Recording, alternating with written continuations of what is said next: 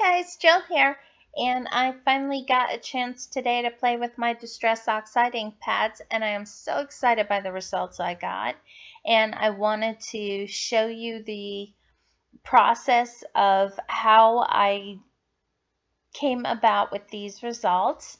And this is the wrinkle-free distress technique. I don't know if it's still called that, but this is what it used to be called. And I did two tags to show you. One is a full-size tag and one is the large tag cut down.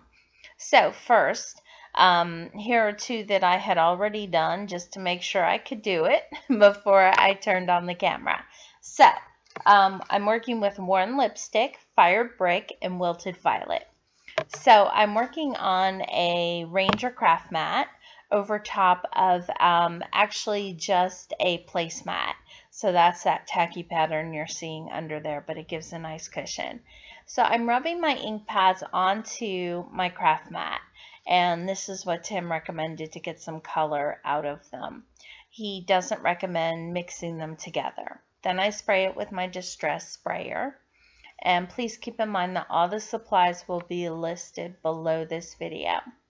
Then I kind of run my tag through all of these colors and kind of smush it back down in there. I do remove a little bit of that seepage there. And sorry when I do go on and off camera. I'm just trying not to like smush my tag back into the color for you. Now I'm using my Ranger heat tool to dry everything in between because I am using a lot of water. So here I'm spraying the tag just to get some of those speckles on it. Now sometimes I show you and sometimes I don't, but see here you can start seeing how the oxide, like I guess the oxidation is coming forward, especially in the purple. And then look at the color kind of fading, I guess, and aging right in front of you. It was just so amazing to see. So once it dries, I'm going to go back in and pick up some of those splatters. And that's what gives it even a cooler look, because those splatters, those get really white, because there's a concentration of those colors at this point, and those splatters have a wetness to them. Sorry about my voice, don't know what it's doing. So I'm going to dry those again and wipe up some of those spots that are really wet. Now, again, you can see those coming forward with the white, with that oxidation look again. And I just love the look because it's not a super bright look to them, but it's really distinct. And again, it does feel chalky and velvety, but nothing rubs off on your finger. Nothing comes off, nothing sticks to you. So I'm almost done with this tag.